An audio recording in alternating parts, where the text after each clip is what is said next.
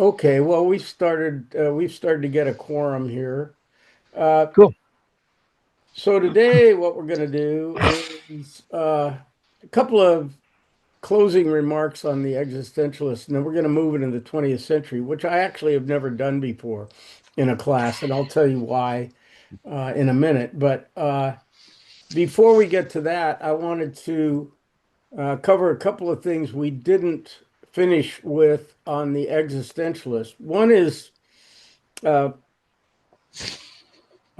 Nietzsche's concept of amor fati or the eternal return. Those are similar doctrines, or I don't know, doctrines isn't right with Nietzsche, but they are points of view or points he makes. And amor fati is the love of fate. Now, uh, and the reason it has something to do with the eternal recurrence is that Nietzsche thinks that any kind of resentment is weakness. And the reason it's weakness is because if you resent things, it's because you think that they were imposed upon you. They weren't your choice.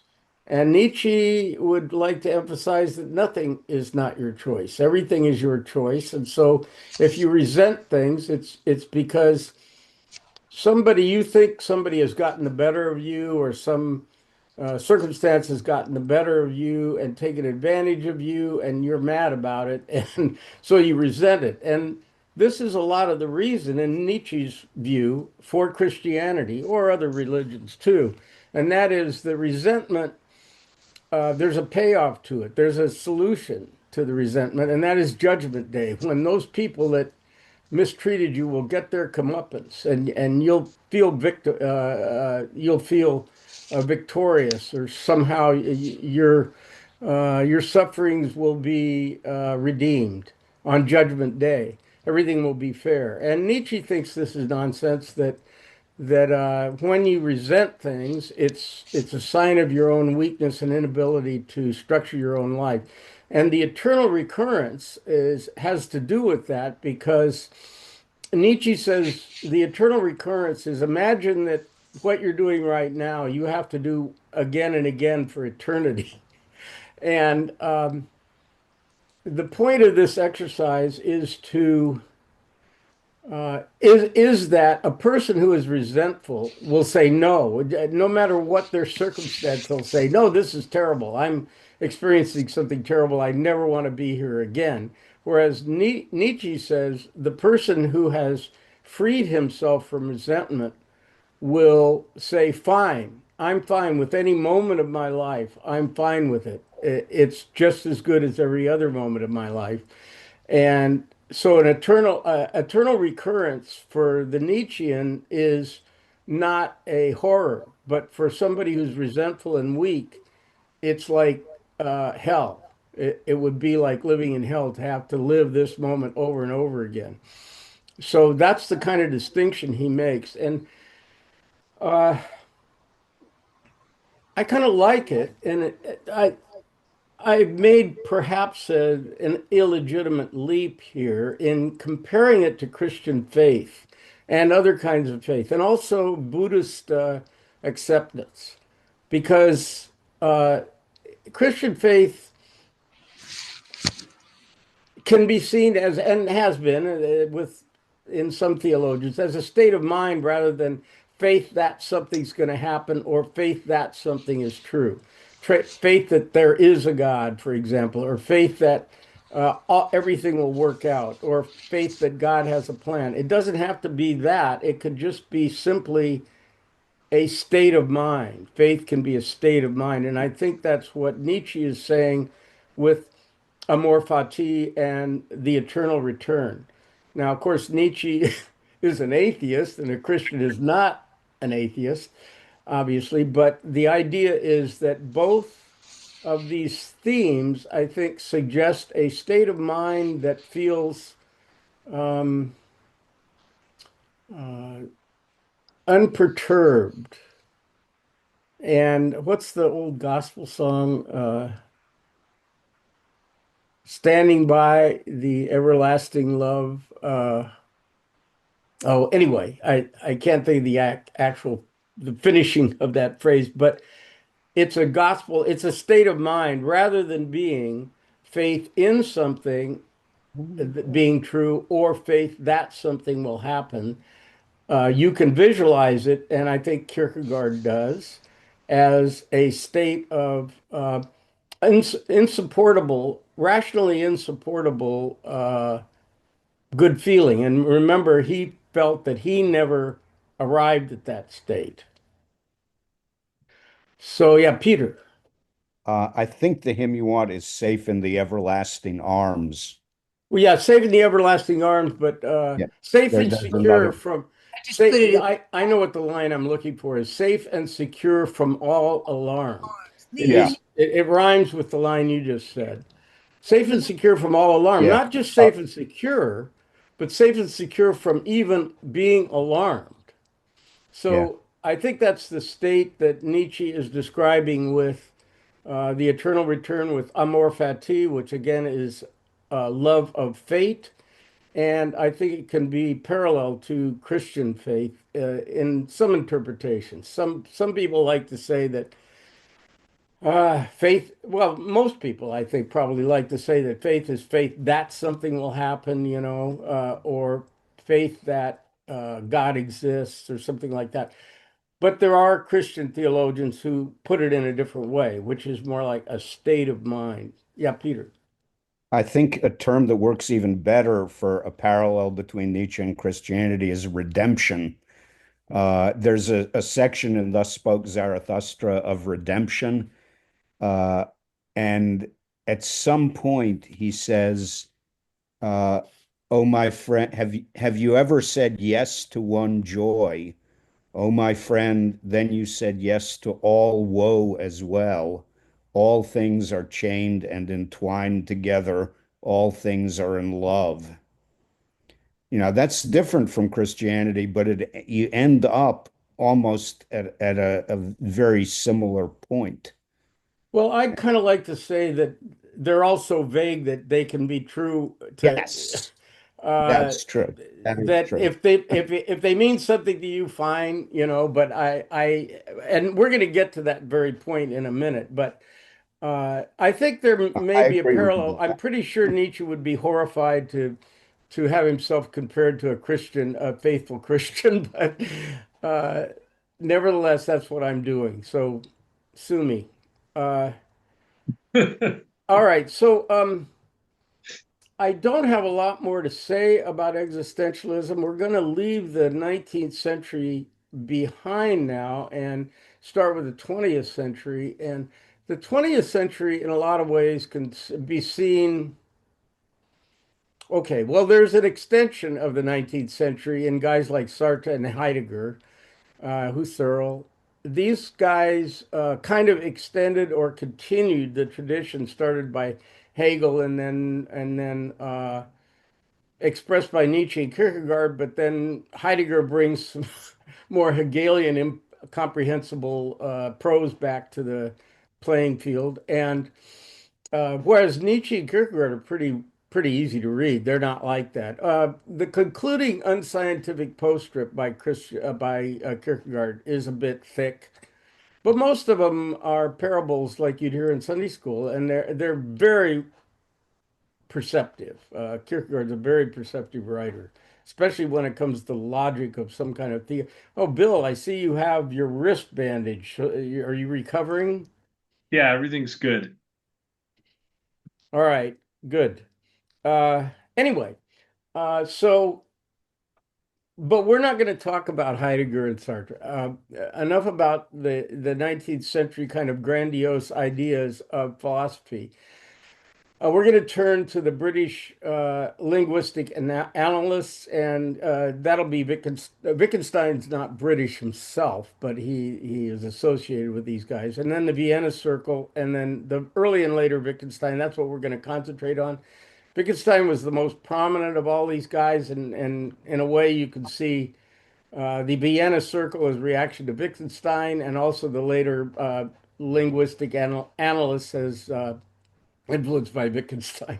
he was a dominant figure in that kind of way of thinking. So a lot of times you call the Heideggerians and Sartreans and so forth the continental philosophers of the 20th century, whereas the analytic philosophers are associated with Vienna. Not that that's not continental, but also with Britain. And so it was a reaction against the grandiose thinking of that was so central to Hegel and Nietzsche and Marx and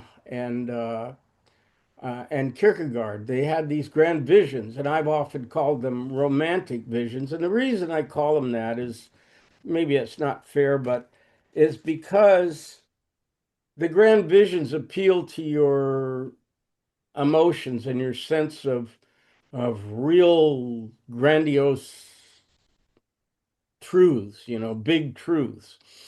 Uh, and what happened was a bunch of guys, maybe G.E. Moore was the first guy from England, and he said stuff like this, Um, he's talking about Descartes, and he says, "Now I'm going to hold up my hand. What's more likely, that I'm holding up my hand or that some evil genius has taken control of my brain and is making me think I'm holding up my hand? What seems more sensible and likely to you?" This is the kind of way that G.E. Moore talks. And so it's some people call it common sense philosophy. Now, when philosophy turned in this direction as a response to grandiose continental ideas, there are a lot of people that, hey, they were appalled. They said they're not doing philosophy anymore. Uh, we want this big stuff. We don't want some kind of little picayune, little detailed things. But I could argue that this just goes back to the same thing Socrates said. It was the same thing he was doing, just analyzing, trying to get clear on what you're saying. And through uh, Aristotle and what there was an idea, and it probably starts with Plato, but certainly amplified by Aristotle, and then more amplified by guys like Hume. There was an idea that if we could just get clear with our language, and this is the origin of Aristotle developing logic. So if we could just get clear with our language, we could understand better what's going on, what the ultimate truth is, and not be vague about things. And that really starts, I think it's fair to say it starts with Socrates, not and it doesn't start with Hegel. But I'm gonna I'm gonna read a passage from Hegel that gives you an idea of what these guys were rebelling against. Let me see if I can find this here. Because um, do not I should have myself more organized, but okay. Uh, this is an example of Hegel. This is from Science of Logic. And this is again what I'm giving you as an example of things they were rebelling against. Okay, this is a quote from Hegel. Being, pure being, without further determination, in its indeterminate immediacy, it is equal only to itself. It is also not unequal in relation to another. It has no diversity within itself, nor any with a reference outward. By virtue of its indeterminate immediacy, it is not capable of being distinguished from anything else or from itself. It is pure indeterminateness and emptiness. There is nothing to be intuited in it. If one can speak here of intuiting, that is, or it is only this pure, empty intuition itself. Insofar as we can talk of anything here, of thinking here, sorry, this is to be taken as the empty thinking of itself. Being, the indeterminate immediate, is in fact nothing, and neither more or less than nothing. So, So anybody want that's to obvious. any anybody want to parse that for me? Kind of maybe simplify it so I can understand it. So this is the kind of this is legitimate philosophy. That's Hegel talking. That's not some madman. And you heard what maybe you don't remember what Schopenhauer said about this kind of thing. Schopenhauer just thought it was nonsense and insane. Um, but this was the 19th century, and this kind of talk was even inherited by Marx, and we think of Marx as being, a hardcore kind of realist and somebody who was interested in social issues. But Marx has passages like this too. I could find one for you, uh, and because he's coming from this tradition, and this is what the logical positivists, the Vienna Circle, and Wittgenstein are rebelling against. And rebelling may be too strong a word. What they're trying to do is say, wait a minute, what? I just don't understand anything you've said.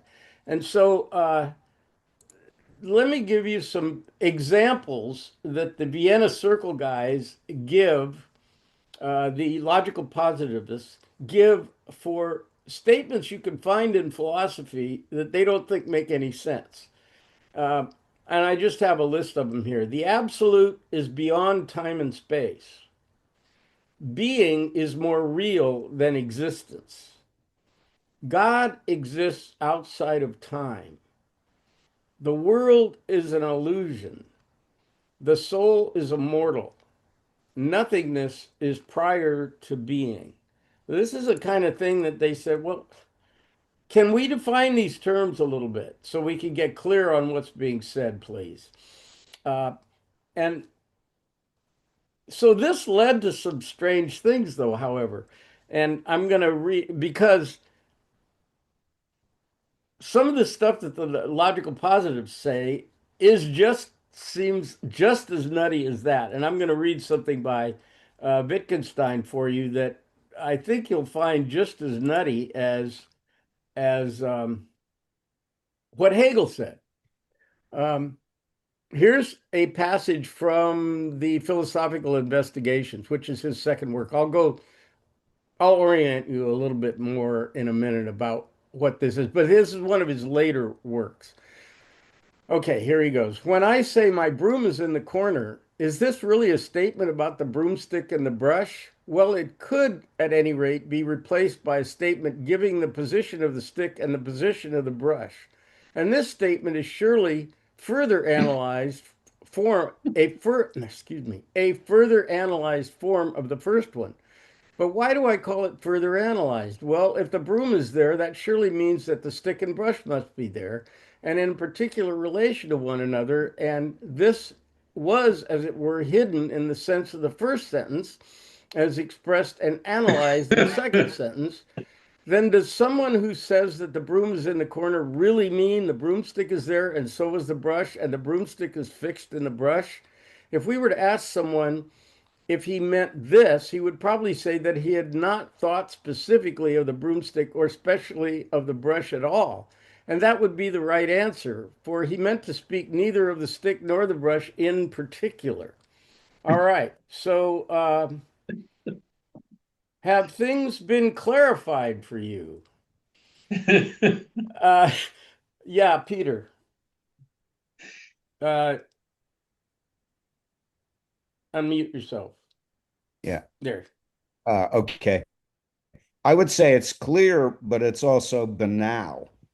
Obviously, when you refer to the broom, you're not specifically differentiating between stick and brush unless you have some reason to. So I can follow it much better than I can follow the Hegel statement.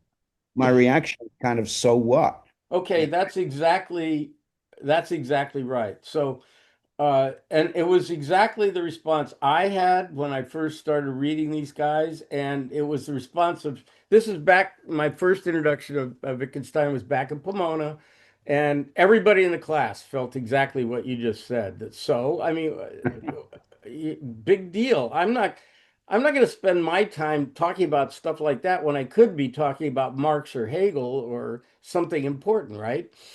Uh, However, Um, it's my job. Okay, so the reason I think I mentioned this, the reason I never teach this, there are two reasons. One is the first reason is trying to convince anybody that anything these guys say is of any value whatsoever. Because the first reaction is always pretty much what you said, that no, this is not philosophy. This is not something anything, this is not anything substantial. That's one danger in going into the 20th century. The second danger is that once you understand what Wittgenstein says in the philosophical investigations, you think it resolves everything. That's the other danger. So it's kind of the alpha and omega. The first thing is it doesn't mean anything at all. And the second reaction after you get used to what he's saying is that, oh, well, this resolves everything.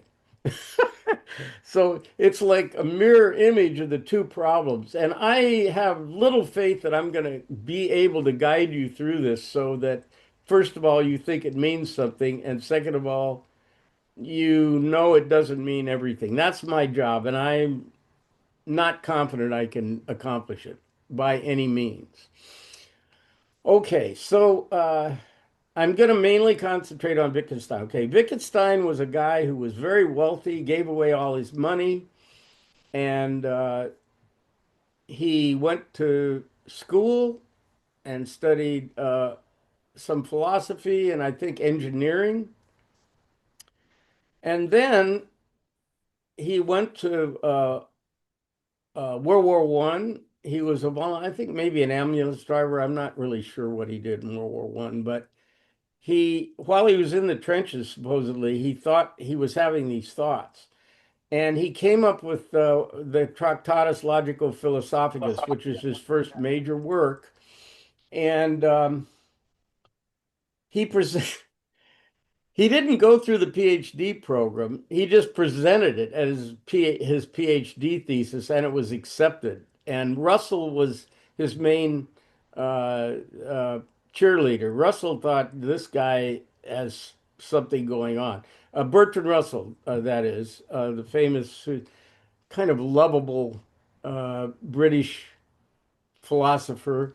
And Russell saw immediately this guy is very smart and we have to listen, we have to pay attention. So they gave him a PhD and he spent some time teaching and then he quit teaching. And I think the two things, he had a very hermetic life, I think. And one of the things he did was teach elementary school, and another thing he did was become a gardener. And all the time he's making these notes and thinking about things. Now, there was never anything else published in his lifetime other than the Tractatus. But after he died, I think I mentioned Elizabeth Anscombe earlier. Elizabeth Anscombe was one of his main translators and interpreters. And she's the one that said the existentialists are wet behind the ears. Uh, People like her went through all of his papers and basically published everything, even stuff that this is kind of like what happened to Aristotle. Uh, the editors of Aristotle didn't, and for all we know, consult with him ever. They just put his papers together after he died, and that's what we have of Aristotle right now.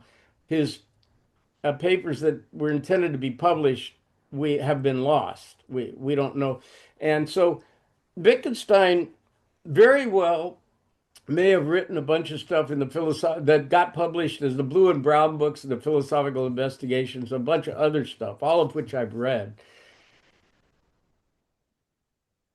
We can't be certain that he ever intended to publish any of this stuff, and probably the Philosophical Investigations most likely, but the Blue and Brown books were just notes, and uh, there may be remarks in there that he'd rather not be in there. That's the kind of situation we're with Wittgenstein. But yet the things we do have are so insightful and so original that you can't ignore them. So that's the situation with his career. As far as the rest of philosophy is concerned, well, what happened was he wrote the Tractatus, and all the guys in the Vienna Circle said, "Oh my God, this is the business." And they really oriented their thinking around the Tractatus. And I'll get in a moment to what the main themes of the Tractatus were. And then this is how they built their careers basically on these kinds of assumptions. And then little did they know that in the meantime, Wittgenstein, being a elementary school teacher and a gardener, is completely rewriting it and undermining everything he said. Not exactly undermining, it's that's too strong of a word, but minimizing a lot of things he said. And so these guys have built their careers thinking, oh yeah, this is the way to go.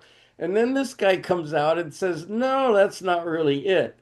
And his remarks in the philosophical investigations became kind of the foundation for what happened in British linguistic analysis and common sense language, or that kind of British stuff. And that became kind of predominant after the 50s in Britain and the US. Although, there were still guys teaching uh, Heidegger in the US too, and Kant and so forth.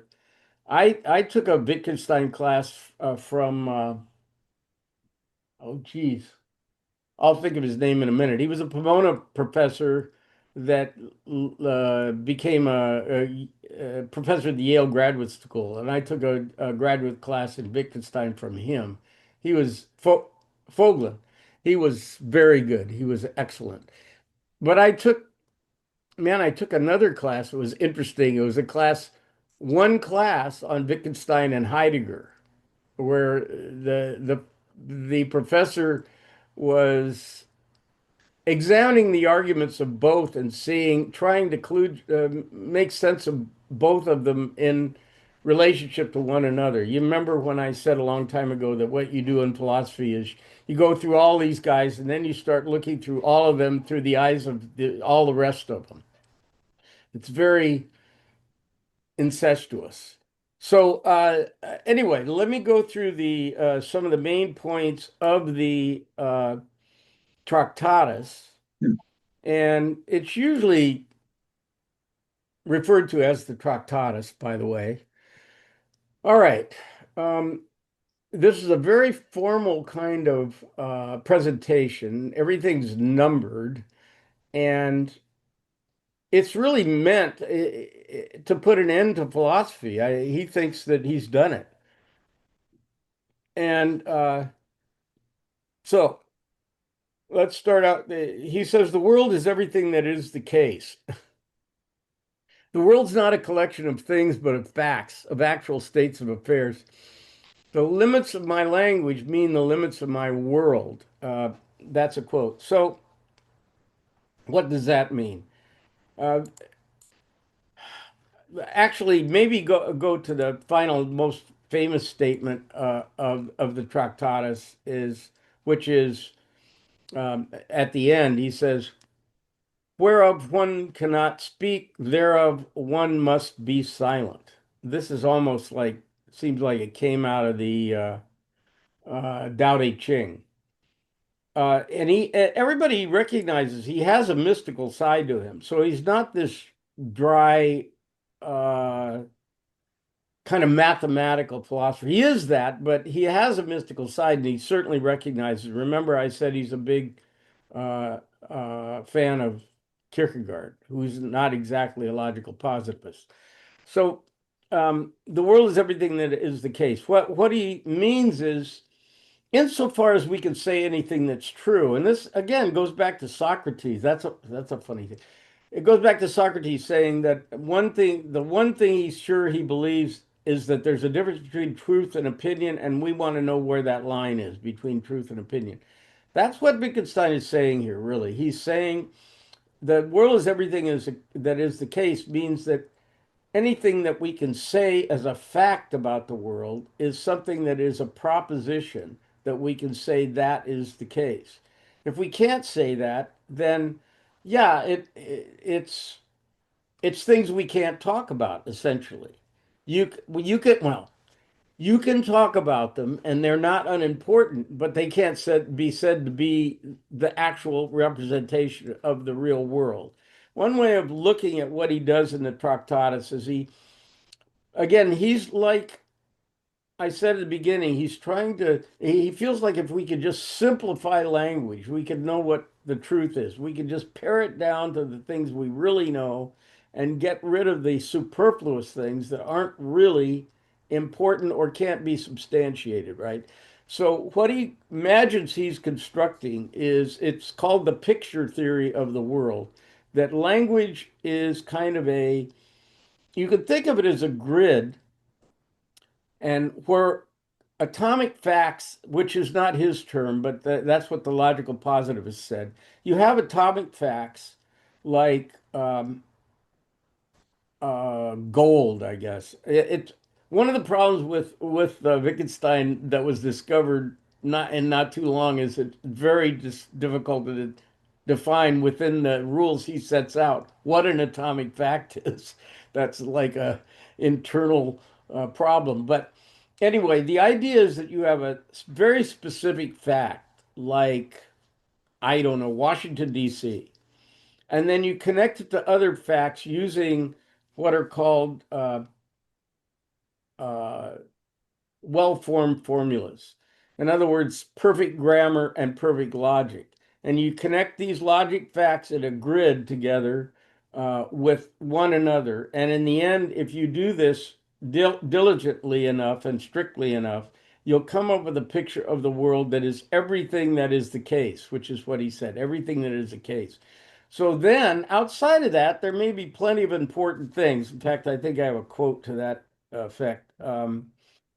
He says, um, anything beyond the world of facts, including ethics, God, the meaning of life, is unsayable. These things are shown, not saying, and not stated. They're important, but they're not expressible in propositional language. That's the idea that yes, they might have a motive value. They might have kind of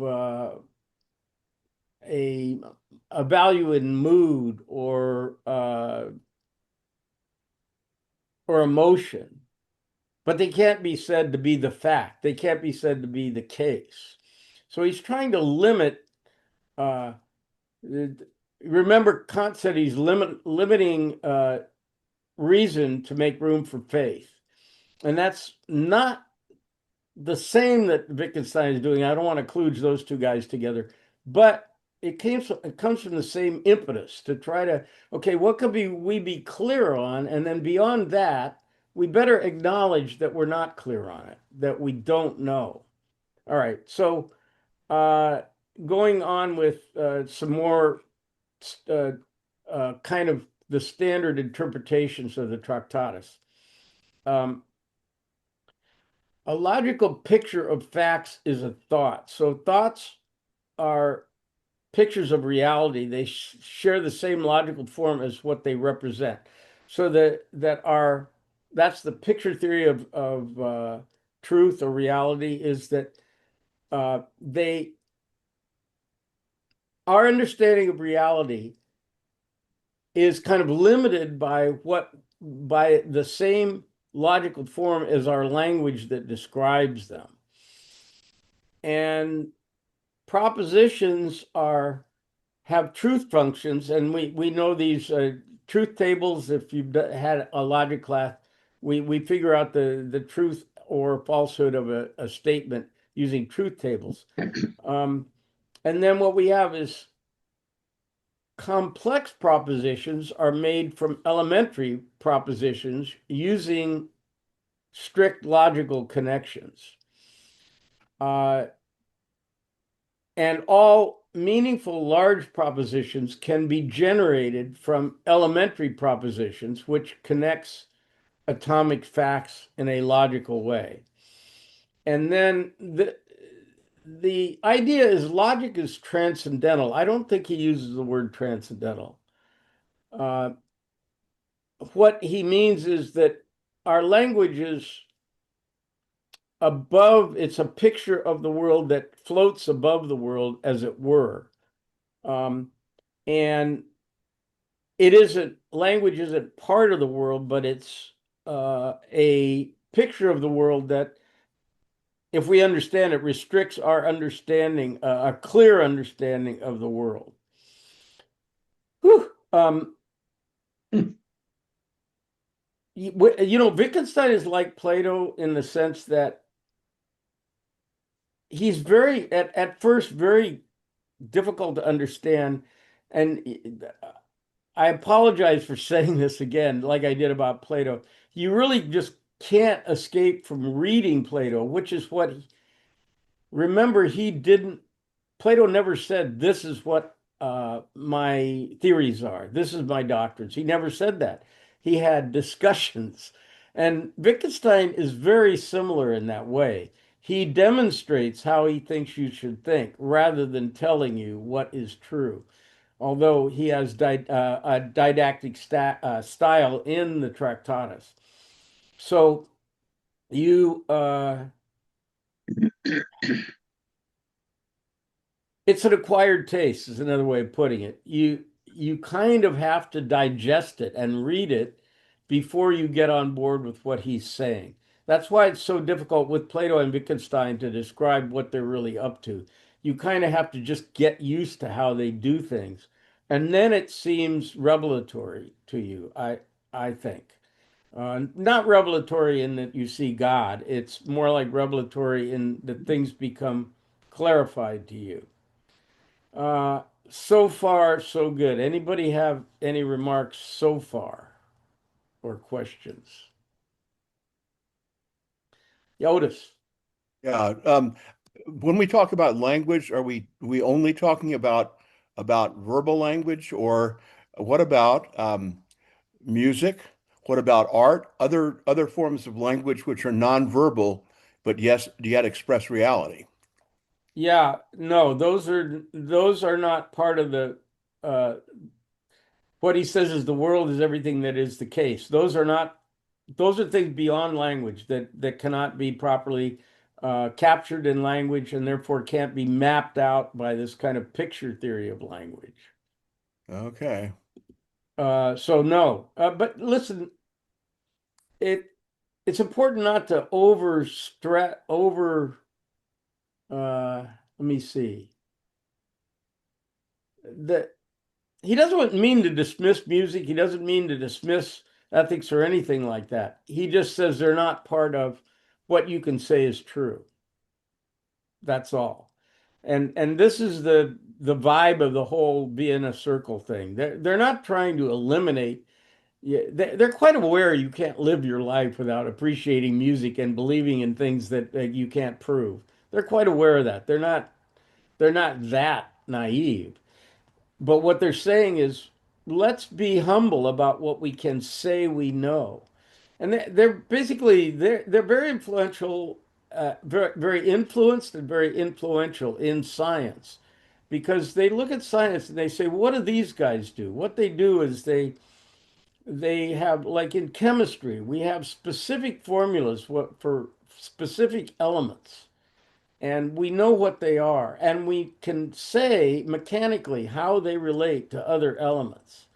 So that and physics and chemistry are like hard science, and they're looking at that as a paradigm of what knowledge is. And when we get into basic human civilization and human interaction, we're not using that kind of reason. And what they're saying is, let's limit ourselves to saying what we know. Let's not be like Hegel. Let's say, okay, let's pull in our horns a bit and say, well, what can we really say that is true? And the program Wittgenstein lays out is the one that they found very convincing. Uh, any other remarks before I move on to the investigations?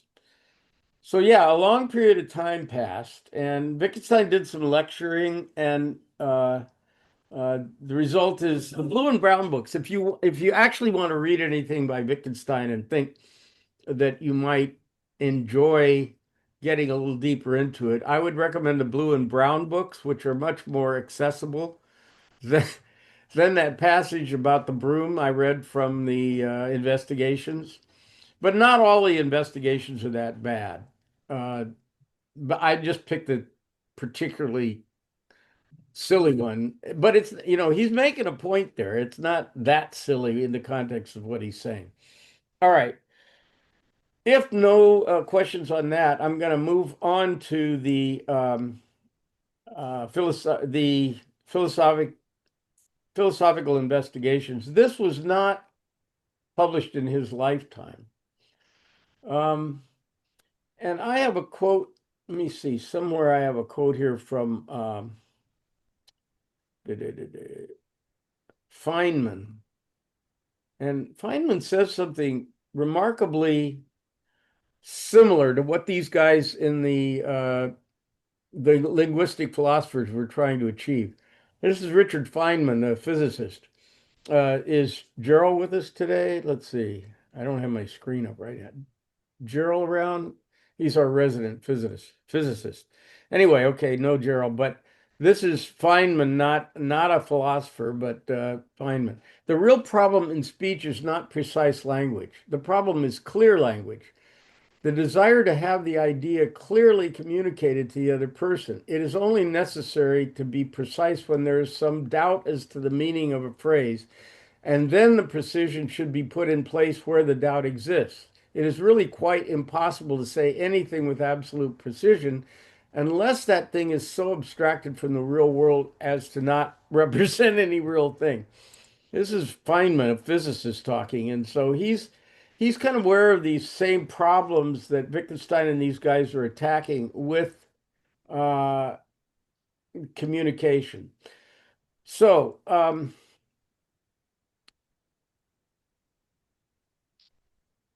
right, the philosophical investigations, some the the the philosophical investigations do not have the rigid kind of structure of the Tractatus. Um, it's more like they are numbered, but they're not necessarily related to one another linearly. Sometimes he just goes off on a different subject. It's more like he's talking to himself. It takes kind of the form of an internal dialogue, uh, and in doing so, he rejects the Tractatus. He talks about this was the position of the author of the Tractatus, speaking of himself in third person, and he uh, I think he considers the treatment of language in the Tractatus as one among many language games. So the first thing we're going to run across here is the idea of language games. Language games is an essential part of the philosophical investigation. And if we want to understand what language is doing, he thinks that the author, as he refers to him, the author of the Tractatus is a bit naive and he has a very narrow view of what language accomplishes. Because obviously, the only thing that Tractatus discusses is propositions. This is this. This is this.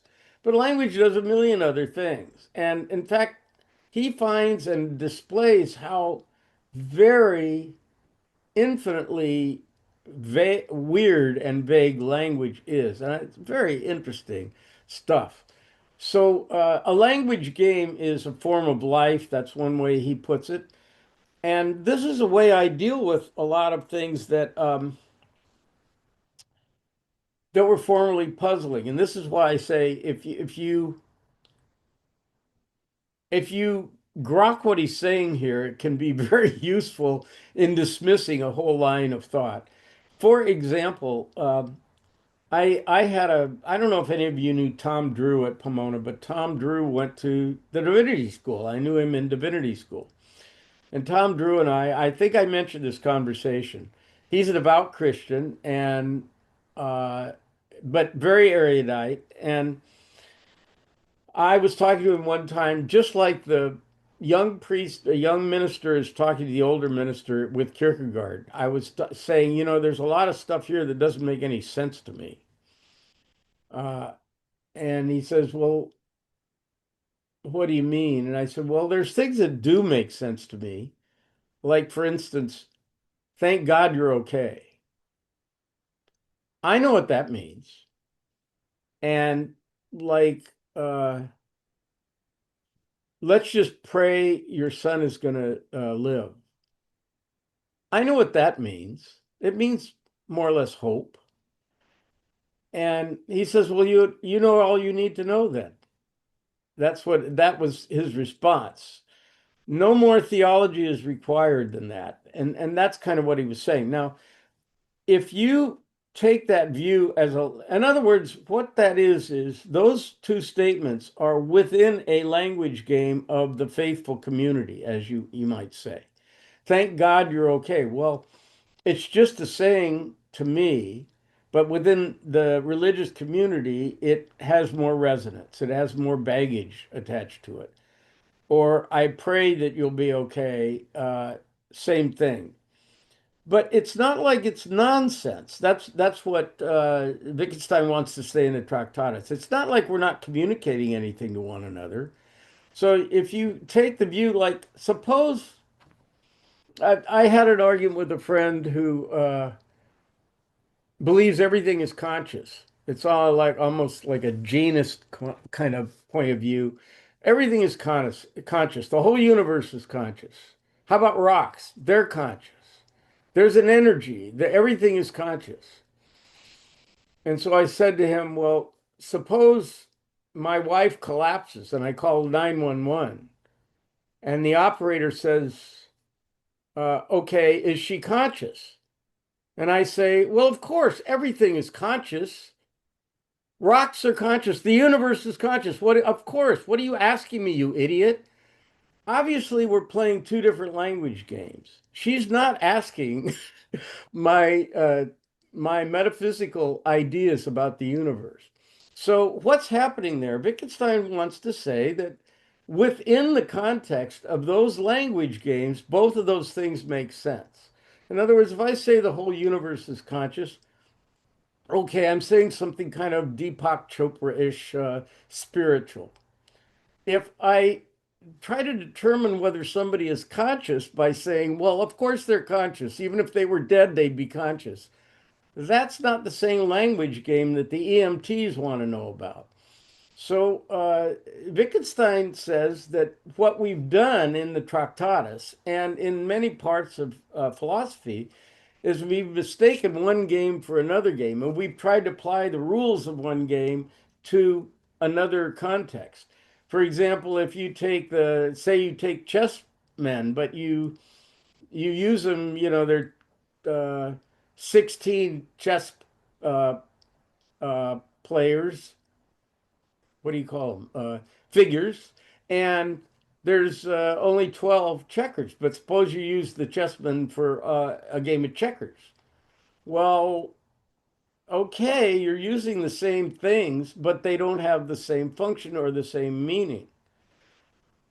But you could do it. You could say, okay, this guy moves like a checkers piece rather than a chess piece. Forget the fact that he's a king or a queen or anything like that. He's just going to move like a checkers piece. You could do that, but when you do that in language, it just confuses you. And the phrase that Wittgenstein uses is language goes on a holiday. It's not it's not anchored to any human activity. And to understand the human activity, you have to understand the game that's being played and the form of life um, that is language has a utilitarian function, and language is embedded in social practices. So the meaning of any of our terms is in the particular use in that context. Uh, and to try to abstract all of language from its context, you're going to get into trouble. Okay, so one of the fundamental ideas of Wittgenstein is the language game. I think that is a very useful tool. And it's not just useful, it also can avoid a lot of nastiness. In and you know, if somebody says, "Well, thank God your son is okay," and I say, God doesn't exist. Um, I don't need to say that. I understand what he means. I'm just being obnoxious. I understand that he's expressing his sympathy and his hope that everything will work out. I don't have to go into a theological debate about whether God exists or not. Aquinas' proofs for the existence of God uh, are not valid. I don't need to do that. And so if you can understand that a different language game is being played, then you can avoid a lot of unpleasant misunderstandings. Um,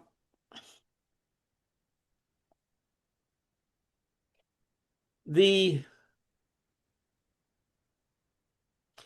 old way of looking at this was, okay, is the Platonic way, and Wittgenstein has a strange relationship to Plato. There's one point at which he says, "What is the point of all these dialogues? They don't lead any place, and they're not very well argued. And what is the point of all this?" But in other places, he talks about the Theaetetus, and he says, this is the same thing I talk about. So he does realize that Plato is making the same kinds of uh, inquiries that he is. However, the Platonic idea is if you take a word like courage, it has a real meaning and it's part of the forms, and the forms exist. And we want to determine what the real meaning of courage is. And that's the subject of one of Plato's dialogues. And to say that there is no real meaning to it is, prior to Wittgenstein, thought of as relativism. And if you remember going back to the Greeks, the Protagoras was a relativist. He's the guy that says, has the guys put their hands in the cold water and the hot water, and then there's a medium temperature bowl in the middle. And one of them says it's cold, the other one says it's hot. And Protagoras says, see, everything is relative to your own experience. And so that was the opposing view until Wittgenstein, as far as I know, that was the opposing view to Platonism, that either there are real meanings to things or nothing means anything and everything is up for grabs. And that led to deconstructionism in the 20th century, that whatever meaning is, it's just whatever's controlled by the ruling classes. And that comes from Marx.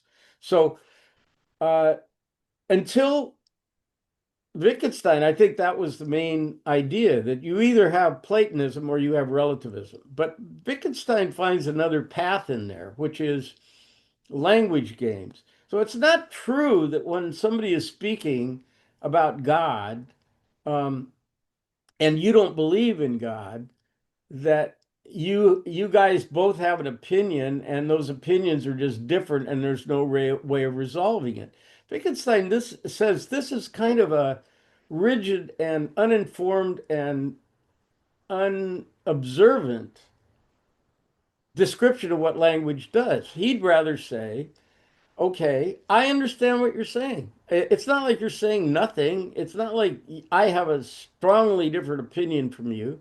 I understand what you're saying if you say God bless me, or if you say uh, thank God you're okay. I understand what it is that you're saying. So it's obnoxious to basically obnoxious to say, well, I don't believe in God, as if you have a different opinion of what that statement, the import of that statement means.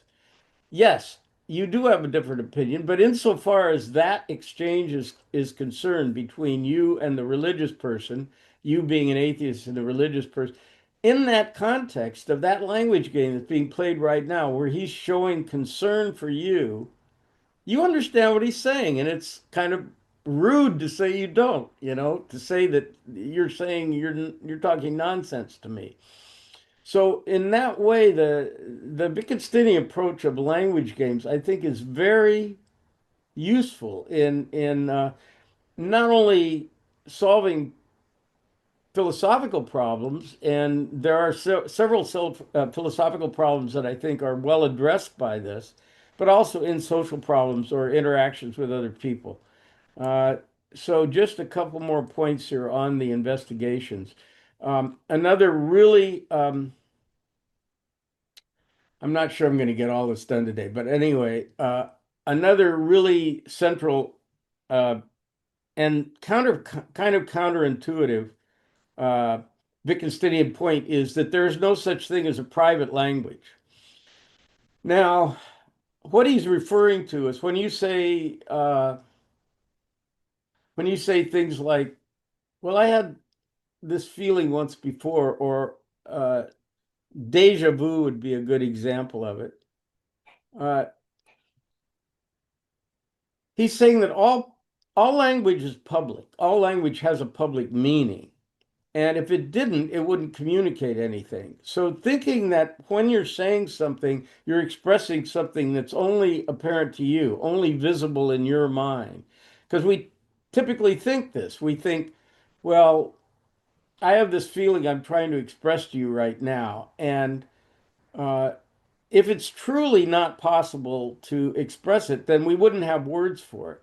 But we do have words for things like uh, being depressed. Like I'm really depressed. Well, that's funny. If I heard from, uh, let's say that. Well, here's a good example.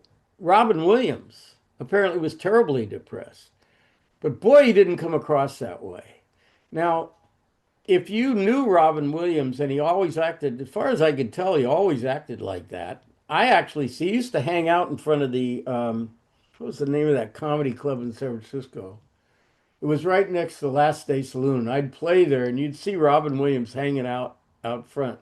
And he was always the Robin Williams that you saw on TV. He was very friendly and very outgoing and all that.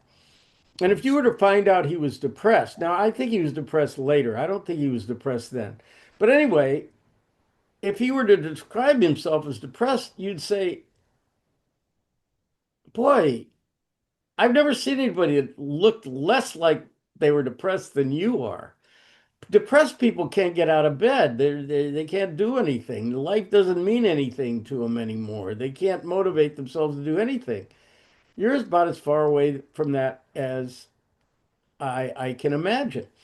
So what you're saying is that he's expressing something that seems to be an internal state, and you're saying it conflicts with my idea of what a person who's depressed uh, acts like.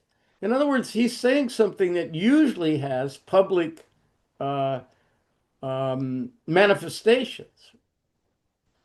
That if I'm depressed, I look sad. I complain all the time. I have friends that are depressed, and they'll tell you right off the bat they're depressed. Well, you never hear that from Robin Williams. So in other words, Wittgenstein says saying that there's a state inside your mind that nobody has access to, but you're going to call it something. Let's say you're going to call it alpha. I have this feeling alpha. And I had it yesterday. And so Wittgenstein says, "Well, how do you know you had it yesterday? What's the test that you had that same feeling yesterday? Because if it's not public, it's like color blindness. We have a test for color blindness. It's not just something that you experience. Even though we can't see how you experience color, we can give you a test that shows that there are some colors you're not seeing. And so you're experiencing color differently, but our definition of it has to do with a public test that we can all view, and your performance on that is public. So Wittgenstein, it's another one of his famous doctrines. No such thing as a private language. There's no such thing as expressing things that are only your personal experience. Because if they were, the words wouldn't mean anything to anybody else. So words have a public meaning. That's another way of saying the same thing. Uh, Words always have a public meaning. Okay, let me see. Yeah, I think I can get through this real quickly. Another Wittgensteinian uh, familiar Wittgensteinian phrase is family resemblance. And so this is his response to what we call Platonism, or essentialism is another term that's used in philosophy for Platonism. So if we're going to talk about using courage once again, if we're going to talk about courage, Plato's idea and Socrates' idea is there's something essential that can be figured out that is courage. And Wittgenstein's approach is no, courage is used in a variety of contexts, and sometimes it's not exactly the same meaning, but yet we know what it means. So he says the uses of the word have family resemblances. That's the phrase he uses. There's a family resemblance between my using courage in one place and another place. There's not one definition that is rigid and never varies. There's just a family resemblance. And it's close enough so that we recognize what it is in every case, even though it doesn't mean exactly the same thing in every case. And if you were limited to limit your use of the word, any word, to a specific definition, you'd find that it would restrict your use of that word because um, language is very metaphorical. We're always using stuff, making up ways. In fact, Anne's a poet. I'm sure she does this all the time. She's using a word in a different way than we do in, say, normal conversation or scientific descriptions. But it still communicates something. So it has a family resemblance to the same word being used in a chemistry experiment or something. It's the same word, but just like the chess men being used in the checkers game, it has a different function. There are different rules that that circumscribe its use, even though they're similar. They have a family resemblance. Barry. So my question would be, it seems if you, I understand that language, there's an ambiguity inherent in language or an imprecision inherent in language. But if you try to probe that and you try to figure out what is the actual meaning of a word, what other tool do you have but another word? And so doesn't that become a circular problem that you never can resolve? No, you don't have to resolve it because in the context defines what the words mean. We're not usually the whole thing that I told you about Wittgenstein and the broom. We don't okay, here's another example. If I say stand over there and I point to a place on the floor, you don't say, well, do you want me above or beneath the surface of the earth? Or do you want me halfway to Mars? Exactly where do you want me to stand? The pointing is just shows me a direction. It doesn't give me exact XYZ coordinates. That's ridiculous. I mean, I'd be saying, come on, man, are you insane? Say stand over there is perfectly adequate. And so Wittgenstein wants to say you don't need to go further than that in human context. And when you do, when you try to go further than that, you're going to have language go on a holiday, and you're going to require of language more than it was ever designed to accomplish. Peter.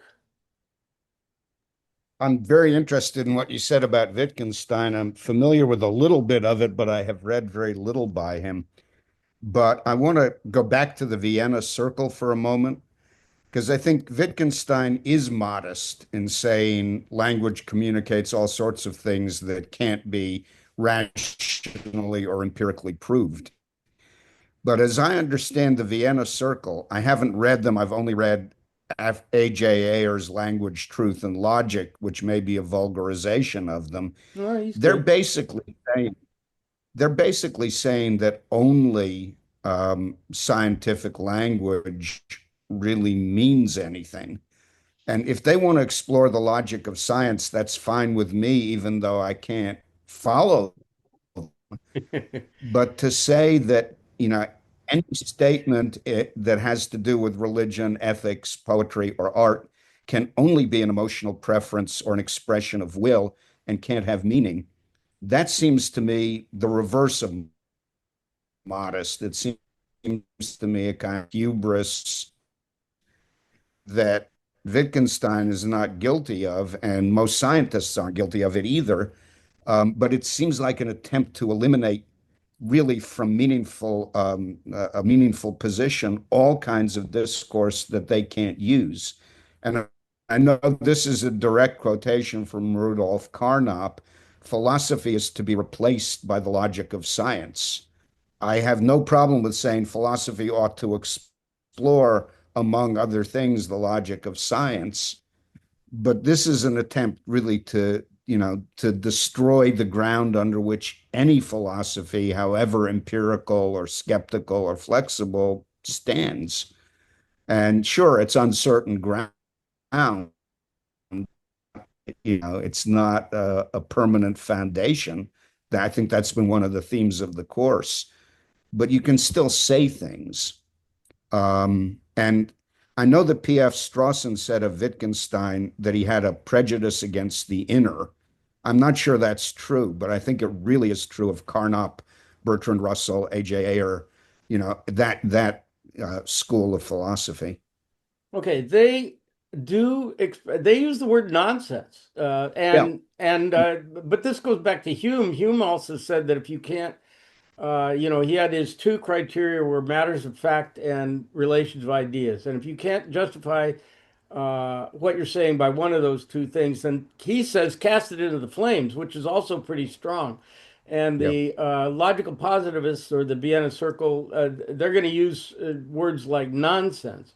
But I read them, and I think it's fair to read them as, I mean, these people had families and lives and so forth, and yeah, you can't say you love your daughter and have to spend 2 hours analyzing whether love is something that can be empirically substantiated or not. So they had to live their lives. And I really think they are trying to limit what philosophy says it knows. And it is this response against the Hegelian, avalanche of words that are not defined. I think it's like a reaction against that. If you could even use Hegel and say, okay, one extreme is Hegel, it's a moment in the dialectic, and they're pulling it back to the other extreme and saying, no, we can't say anything that we're not clear about. And they do use terms like that, Peter. They do say you can't, you don't, this is not, you can't say this. It's just nonsense. But nobody, by the way, in these guys have attacked things like ethics and without very impressive results. And what they end up saying, because what they say is, okay, let's look at the use of ethical terms, right? Just like Wittgenstein says, we're going to, okay, how is this term used?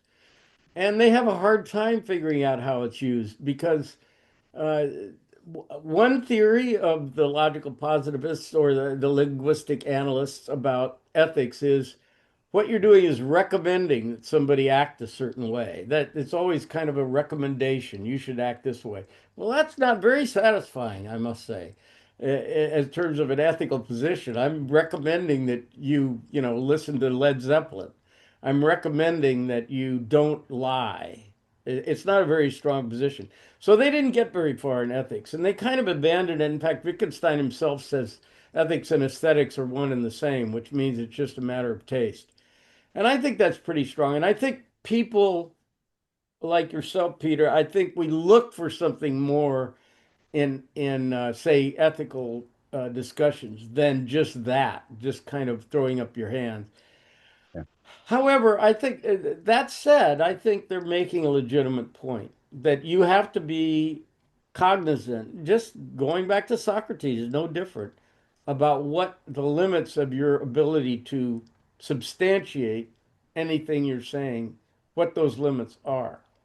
yeah. I I, I think that's fair, and Wittgenstein says whatever we can't speak of, we have to remain silent.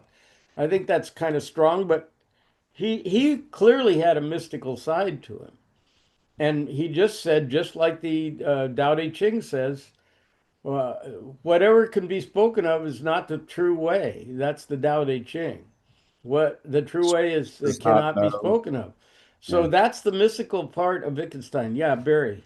Well, it seems to me if you're if you're trying to, if someone's trying to juxtapose the way science uses language or prop language and you versus non-science, it seems like in the world of science, there's this precision because it's a completely closed system that defines its own terms in a very specific way and then builds a system of logic around those definitions. And that's great. But if you expect that same level of precision and immutable truth to emerge from non-science, then you're never going to get there. And language is an imperfect tool to do it, but it doesn't mean that the discussions you have with this imperfect tool are not valuable and important. I don't think Wittgenstein would disagree with that. They, like I say, they're human beings. Wittgenstein does have opinions about things in the real world, uh, and he can he doesn't prohibit himself from speaking about them. Uh, the thing they're trying to call attention to, which I think is valuable, is how little we can say we know for sure. That's Yeah. I think that's legit, and in the logical positivists had something called the verification principle. So whatever you said, you had to be able to specify the mode of verification. Like, how could this be verified? I think that's a good question to ask yourself. If you're saying something now, can I actually verify? Is there a way I can demonstrate that what I'm saying is true? I think that's a humbling and good thing to ask yourself. And if not, then you rely on feelings. And I'm not going to give up my feeling that racism is, well, actually, that could be justified by Kant, but let me think of something else. Um, well, I could just say, well, I don't have to abide by Kant. If I think that racism is immoral or unethical, and Kant says, well, if you don't treat everybody the same and you don't have them abide by the same laws, then you can't say you're ethical. And what if I just say, yes, I can? What's ethical is what serves, like Thrasymachus in the Republic. What serves the strong is what is ethical, uh, which is not the same as Kant. I just have a different idea of ethics. So I think it's of some value to understand where the limits of your and Kant would admit that. Kant would say, okay, then you're not you don't have an ethical system as far as my definition is concerned. I don't think Kant could say more than that. Not very satisfying, I understand. Peter, yeah. There's a remark in Shaw's play Major Barbara. Undershaft, the munitions manufacturer, who is sort of a devil's advocate, says there is only one true morality for every man, but every man has not the same true morality. And somebody says, I don't know what you're talking about. And another character translates it into one man's meat is another man's poison.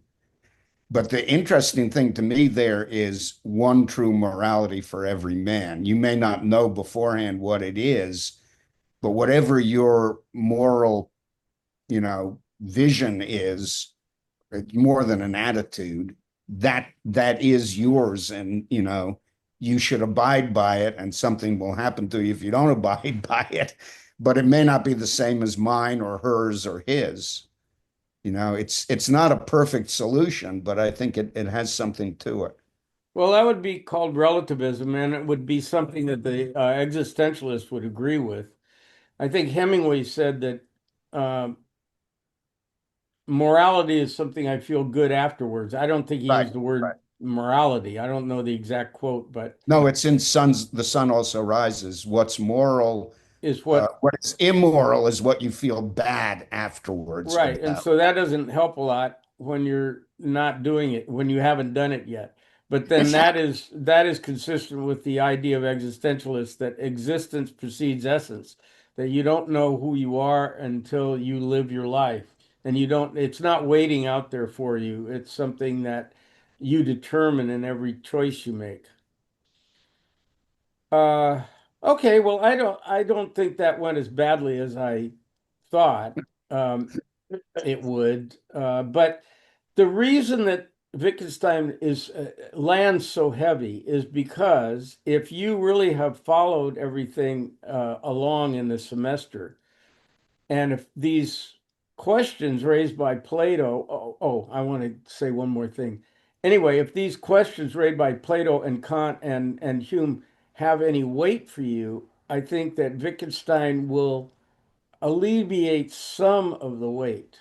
I'm not saying all of it, but I think that he will help you out of some confusion. His famous phrase is the goal of philosophy is to lead the fly out of the fly bottle, where the idea is you can see the outside, but you're being trapped by your own idea. Your own ideas are imprisoning you, and you want to escape from your own preconceptions and be free to view the world in a wider way. I think that's a. I wanted to say one thing about Wittgenstein that to me, he did write a book on, I think it's called Remarks on the Foundations of Arithmetic, which is pretty weird. And he tries to, this is really contrary to Plato, and I don't think it's successful, but he tries to make the point that uh, mathematics is just utilitarian. That we invent mathematics to solve particular problems, to do particular puzzles, but there's no reason why, for example, there's no reason why the numbers have to all be the same distance from one another. Uh, which is pretty weird thing to say.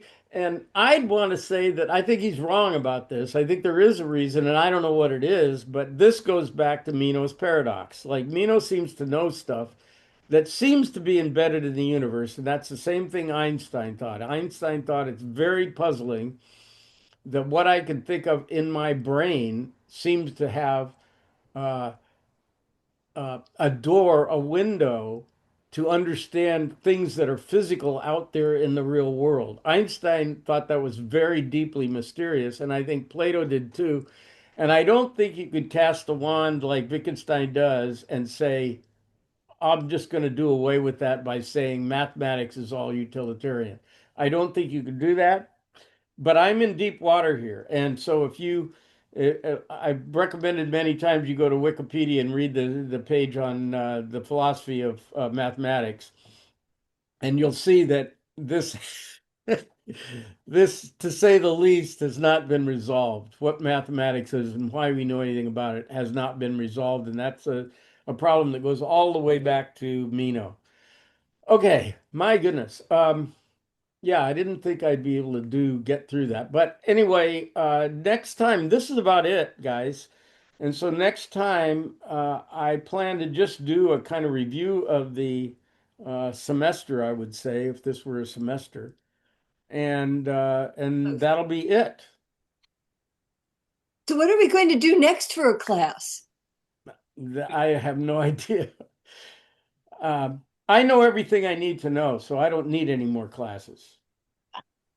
Well, speaking as a cognitive science researcher, I think it's good for us to learn something that's different and challenges our minds. Nothing pleases me more, really, I than think It's you so should much do. fun. This has been so much I fun. think Laurel should teach the next class. Act. yeah.